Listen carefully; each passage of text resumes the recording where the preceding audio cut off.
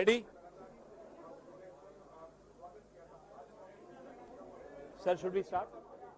नमस्कार साथियों, आप सबने इंतजार किया उसके लिए धन्यवाद। लेकिन इंतजार एक ऐसे पल के लिए किया जिस पल की आप सबको भी इंतजार थी। कुछ ऐसे दो साथी हमारे जो आपके सामने बैठे हैं, जिन्होंने बहुत कुछ जीता और इस देश का दिल जीत लिया। ऐसे दो साथियों का हम स्वागत करने के लिए यहां इकट्ठे हुए हैं। सबसे पहले मैं हरियाणा के प्रदेश अध्यक्ष श्री उदय भान जी से आग्रह करूंगा कि इनका वो स्वागत कहें, दो शब्द आप कहें।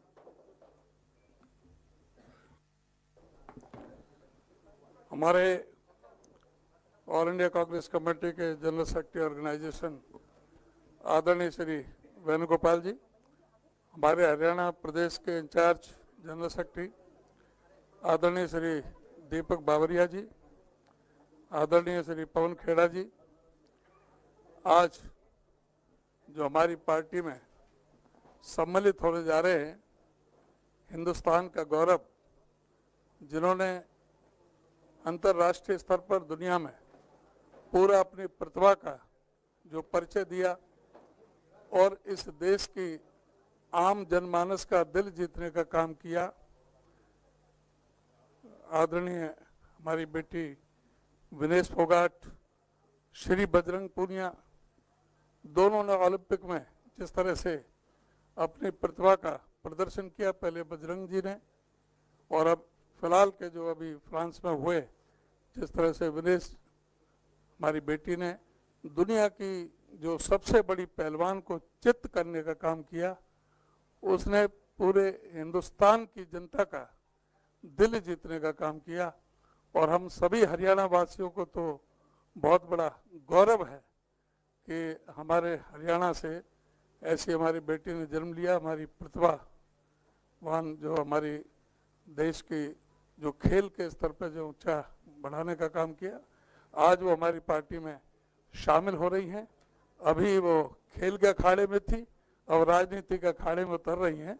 मैं उनका हरियाणा प्रदेश कांग्रेस कमेटी की तरफ से हार्दिक स्वागत करता हूं, अभिनंदन करता हूं। धन्यवाद अध्यक्ष जी।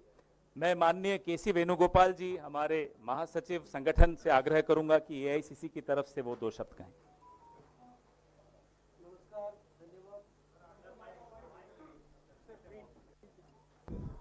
धन्यवाद। Today is the big day of Indian National Congress.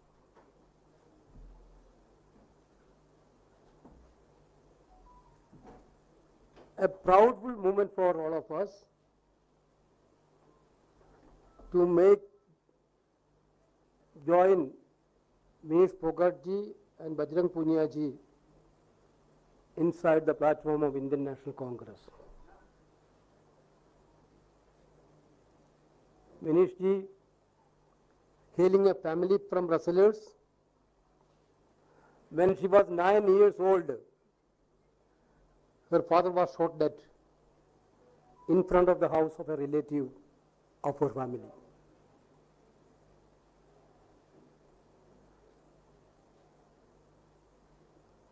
Can you imagine that? When a girl child was 9 years old, her own father shot dead by nearby the family premises. But her conscious mind brought her here. Her braveness brought her here. Her courage brought her here. Becoming a 3-time Olympian, having completed in 3 different weight classes, 48 kg in 2016, 53 kg in 2020, and 50 kg in 2024. In 2024, she became the first Indian woman wrestler to have reached finals at the Olympic Games. However, we know, most disappointed news, India heard that point of time she had been disqualified.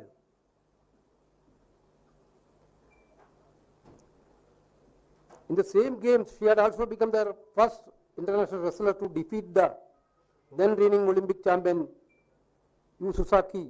After her disqualification, she announced retirement. One of the very sad news again, after her father's death, murder. Second sad news faced by Vinesh ji. That is not only for Vinesh ji, for entire country, the retirement from Olympics field. You know her journey, completely her journey, you know that. The moment she led, along with Bajrang Punia ji and other wrestlers,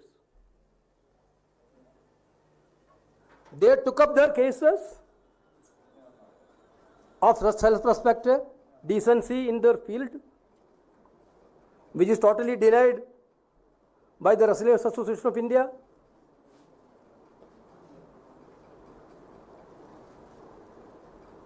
Entire country stood with him, her, and these people. We, Indian National Congress, I proudly say that Rahul Gandhi ji, Priyanka Gandhi ji, Mallikarjuna Kharge ji, all senior leaders and all leaders of India Alliance also stood with her, stood with them for their genuine causes, for fighting against the injustice which happened to them.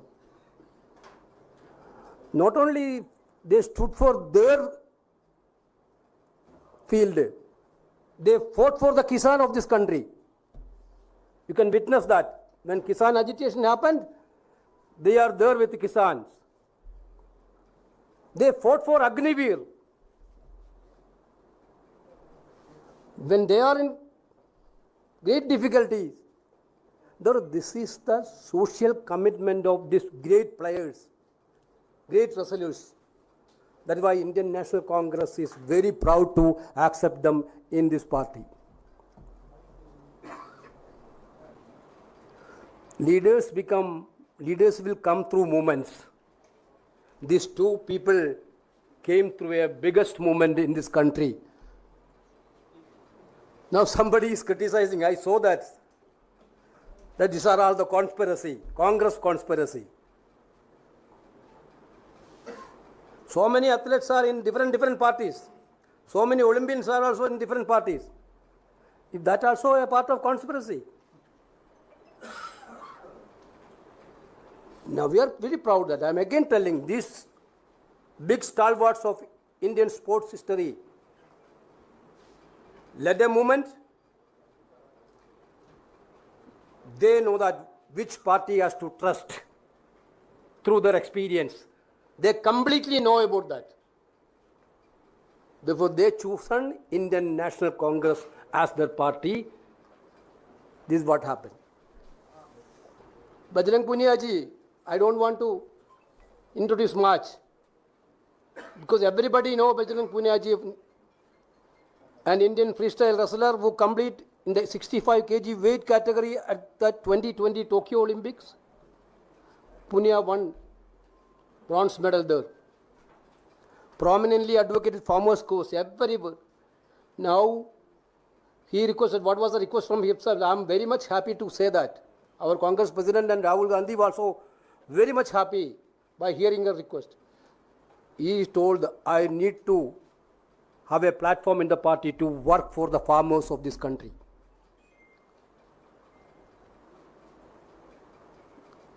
Actually, it is a very, very proudful moment for us. He protested against the 3 farm laws and protested for Agniveer scheme. Punia is the only Indian wrestler to win 4 medals at the World Wrestling Championship. He won a gold medal at the Asian Wrestling Championship held in 2017 and 29. He also won gold medal in 2018, 2022 Commonwealth Games and 2080 Asian Games. He received Arjuna Award also. He is an Arjuna Award. Therefore, we are very happy. Surprisingly, I have to show one notice to you. which Vinesh got today. She resigned her job today itself. After resigning, she got a WhatsApp message from railway authorities. Shock cause notice. What was the reason? Yesterday, you people in their television media and newspapers printed their photo along with Rahul Gandhi, the leader of opposition of this country. Is it a crime to stand with the leader of opposition of this country? They didn't join. They didn't talk to anybody. The railway is running behind rumors. They are telling that there are news, there are reports that you are going to contest the election. Therefore, you cannot contest the election while you are an employee. Therefore, give an explanation. They didn't told anything to anybody. You people know that. They only done a crime which they are mentioning.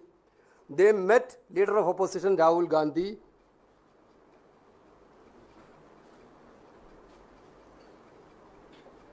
They are not leaving her. Are they not leaving her?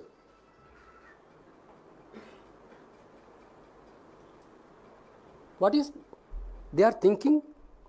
The railway authorities? Are they want to penalize again? Enough is done. Now also you are not leaving. He also, I think you also got it. Bajrang also got it. Enough has done. Then also they don't want to leave it. I am gently reminding the authorities of the railway, now the country will be with these two players, entire country. Don't play politics on all these issues. They already resigned from the job.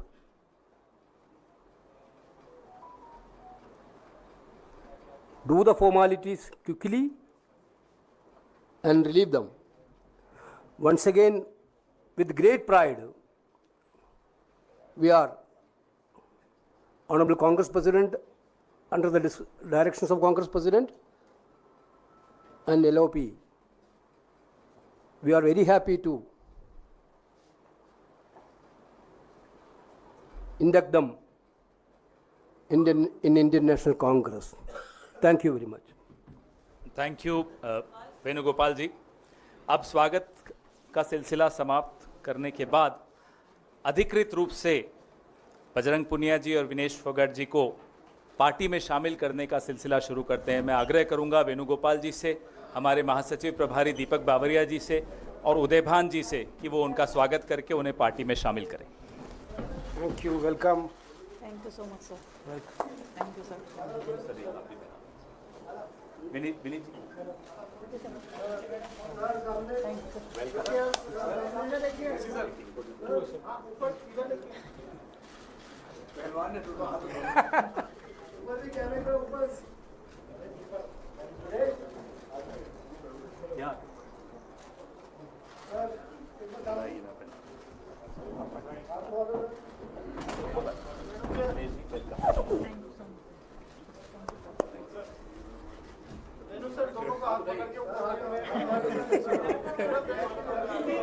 Thank you, sir. Sir एक बार Okay. Thank you.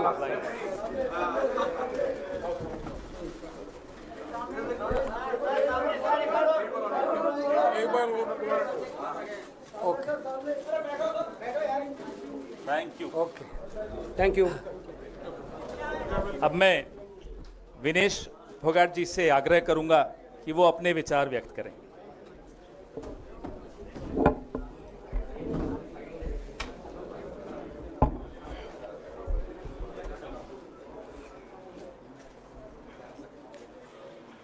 सबसे पहले तो मैं पूरे देशवासियों का बहुत बहुत धन्यवाद कहना चाहती हूँ. आप मीडिया पर्सन्स का भी, क्योंकि आप लोग ही हम लोगों को इतना through out the journey wrestling में आपने सपोर्ट किया है. तो मैं उम्मीद करती हूँ कि मैं आपकी उम्मीदों पे खरा उतरूँ बिल्कुल. और कांग्रेस पार्टी का मैं बहुत बहुत धन्यवाद करती हूँ, क्योंकि जब बोलते हैं ना कि बुरे टाइम में पता लगता है कि अपना कौन है। जब हम रोड पे घसीटे जा रहे थे तो छोड़ के बीजेपी को देश में जितनी भी पार्टियां हैं वो हमारे साथ में थी, हमारे दर्द को समझ पा रही थी, हमारे आंसुओं को समझ पा रही थी। मैं बहुत प्राउड फील कर रही हूँ कि मैं एक ऐसी पार्टी में, एक ऐसी विचारधारा में हूँ जो महिलाओं के साथ हो रहा अन्याय और उनके साथ बुरे बर्ताव के खिलाफ खड़ी है।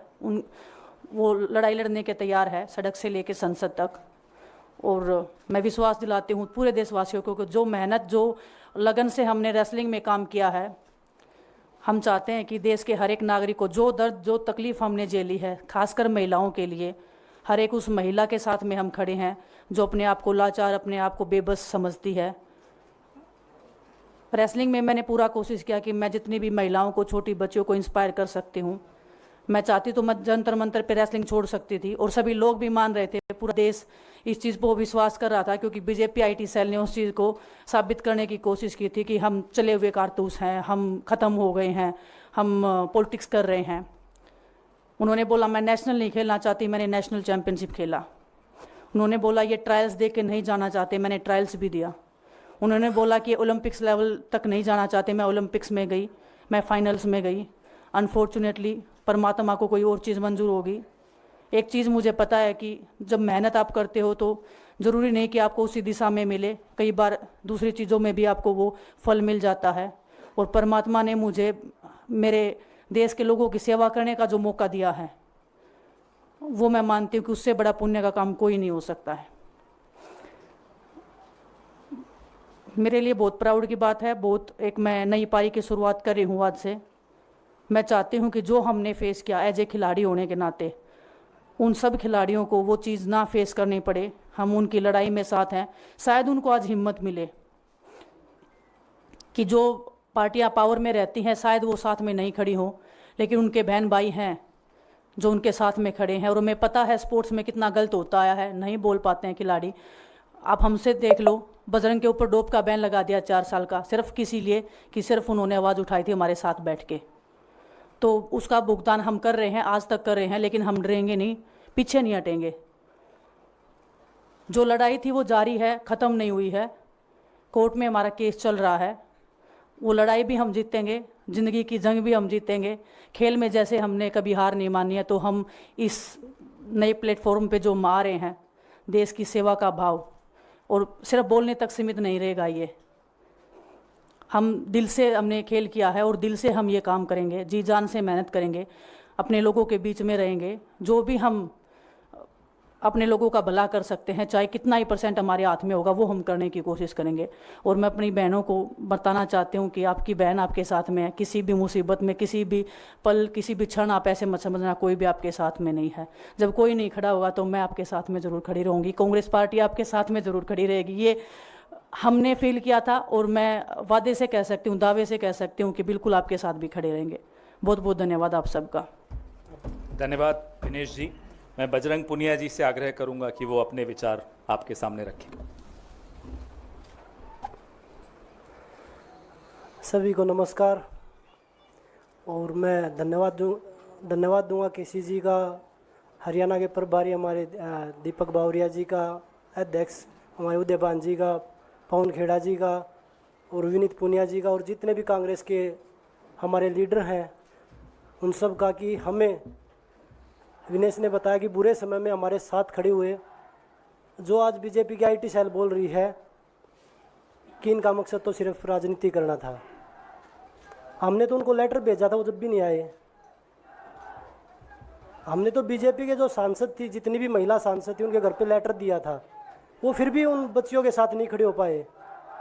कांग्रेस पार्टी तो बिना कुछ हमने इनको बताया ये वहाँ पे हमारे साथ खड़े हुए। तो देश की बेटियों की जो आवाज़ उठाई उसका भुगतान हम कर रहे हैं। लेकिन ये चीज़ हमें पता लगी कि जो अत्याचार बेटियों पे हुआ जंतर मंतर पे, उसके साथ सिर्फ बीजेपी पार्टी खड़ी हुई और सभी पार्टी हमारे साथ खड़ी थी। और जो भी आज हम इस पे कांग्रेस पार्टी में आए हैं, मैं धन्यवाद देता हूं सभी का। हम अपनी पूरी मेहनत, जितनी हमने कुश्ती में मेहनत की है, जितनी हमें किसान आंदोलन में मेहनत करी है, जितना अग्निपथ योजना के टाइम पे मेहनत करी है और बेटियों के आंदोलन में मेहनत करी है, ऐसे ही मेहनत करेंगे और कांग्रेस पार्टी को भी मजबूत करेंगे और देश को भी मजबूत करेंगे और ग्राउंड पे रह के काम करेंगे। जैसे रेसलिंग में बचपन से 7-8 साल की उम्र में लगे थे, जब ये पता नहीं था कि हम ओलंपिक मेडल जीतेंगे, लेकिन धीरे धीरे आगे बढ़ते गए, मेहनत करते गए और वो मुकाम हमें मिला, क्योंकि ओलंपिक से बड़ा कोई भी प्लेटफॉर्म नहीं होता। और जिस दिन विनेश फाइनल में गई उस दिन पूरा देश जोश में था, पूरा जश्न हुआ, लेकिन अगले दिन जो घटना हुई पूरा देश दुखी था।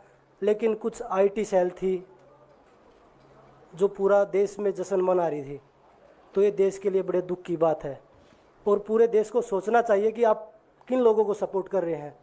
जो देश में खिलाड़ियों के साथ, महिलाओं के साथ, किसानों के साथ, जवानों के साथ जो अत्याचार कर रहे हैं, आप उन लोगों को सपोर्ट कर रहे हैं। तो मैं यही बोलूँगा कि हम मिलके मजबूती से लड़ेंगे और जो संघर्ष की लड़ाई उसमें हम हमेशा कांग्रेस के साथ खड़े रहेंगे। और जो विनेश ने बोला कि हम हर जो महिला, जो बेटियां, देश की बेटियां हैं जिनके साथ अत्याचार होता है, हम उनकी आवाज़ हमेशा उठाते रहेंगे। सभी का धन्यवाद।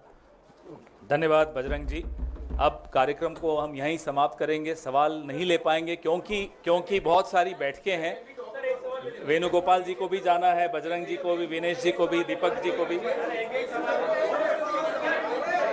अच्छा, एक एक करके फोर क्वेश्चन बोलिए।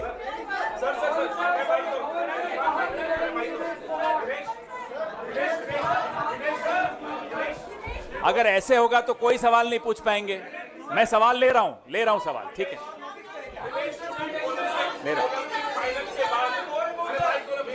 अगर आप चाहते हैं सवाल लें तो जब शांति रखेंगे तभी सवाल ले पाएंगे।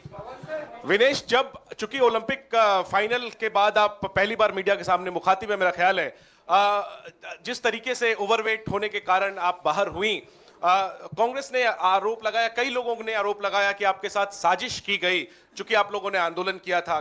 तो मैं पहला सवाल तो ये पूछना चाहता हूं कि आपको क्या लगता है, क्या साजिश की वजह से आपको पदक से दूर रखा गया? और दूसरा सवाल ये लोग जानना चाहेंगे, आपको बधाई कि आप कांग्रेस में आई हैं, आप शायद चुनाव भी लड़ेंगी और निश्चित तौर पे आप एक चेहरा है आंदोलन का, लेकिन लोग ये जानना चाहेंगे कि वो लड़ाई अभी अधूरी है, अभी अदालत में है, इसके पहले बीच में ही आपने राजनीतिक पारी शुरू कर दी। क्या ये बेहतर नहीं होता कि वो लड़ाई को आप अंजाम तक पहुंचाते? और राजनीति के लिए तो आपके पास काफी लंबा नहीं, इतना लंबा नहीं प्लीज। ओलंपिक फाइनल वाला पे जो ओलंपिक्स की आप बात कर रहे हो, किसी दिन फुर्सत में बात करूंगी। बहुत इमोशनल चीज़ है मेरे लिए। बरसों की मेहनत के बाद मैं वहाँ पहुँची थी। जो भी हुआ, जैसे भी हुआ, कैसे हुआ, सब मैं एक दिन डिटेल में बताऊंगी। थोड़ा सा आपको सब्र, आपको थोड़ा सा पेशेंस रखना पड़ेगा उसके लिए इमोशनली बहुत प्रिपेयर होना पड़ेगा मुझे ही, क्योंकि मैं उस फेस में बार बार नहीं जाना चाहती। दूसरा आपका जो सवाल था जी, नहीं, मैंने आपको, जब मैं बोल रही थी, मैंने यही बोला था कि लड़ाई अभी ख़त्म नहीं हुई है।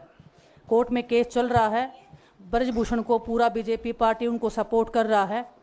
हमारे साथ में अपोजिशन खड़ा है। कांग्रेस पार्टी ने, हम जब रोड पे घिसट रहे थे तो पहली पार्टी थी जो हमारे सपोर्ट में खड़ी थी। कनिका को लेने उन्होंने, उनको जो सपोर्ट दिया हुआ, आज हमारा परिवार हमारे सपोर्ट में खड़ा है, तो हमें एक ताकत मिलेगी, एक हौसला मिलेगा। क्योंकि आपको पता है, इतनी बड़ी लड़ाई बिना हौसले के, बिना ताकत के नहीं लड़ी जाती है। वो लड़ाई को हम अंजाम पे पहुंचा के आपसे उस दिन मैं बात करूंगी। बिल्कुल, धन्यवाद। तो विनेश जी और बजरंग जी, मेरा आपसे सवाल है, क्योंकि आप कांग्रेस पार्टी में शामिल हो चुके हैं, लगातार ये खबरें चल रही हैं कि आप लोग चुनाव लड़ना चाहते हैं। क्या आप लोग कांग्रेस पार्टी की टिकटों पे चुनाव लड़ना चाहते हैं? और क्या विनेश जी, आप अपनी चुनावी पारी की शुरुआत इस चुनाव से करेंगी? अब कांग्रेस में आई है तो फिर और किसी टिकट पे थोड़ा ही जाएंगे।